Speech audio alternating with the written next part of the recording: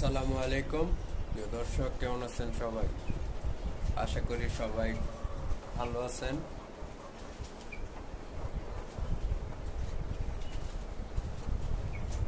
এই হচ্ছে আমার খাঁচা বিশিষ্ট একটি মুরগির খামার, দেশি মুরগির খামার।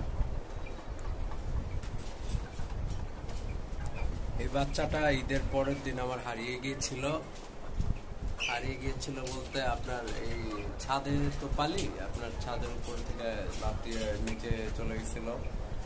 তো যাওয়ার কারণে আপনার আমি ওই তো কোনো খোঁজ খবর পাচ্ছিলাম না।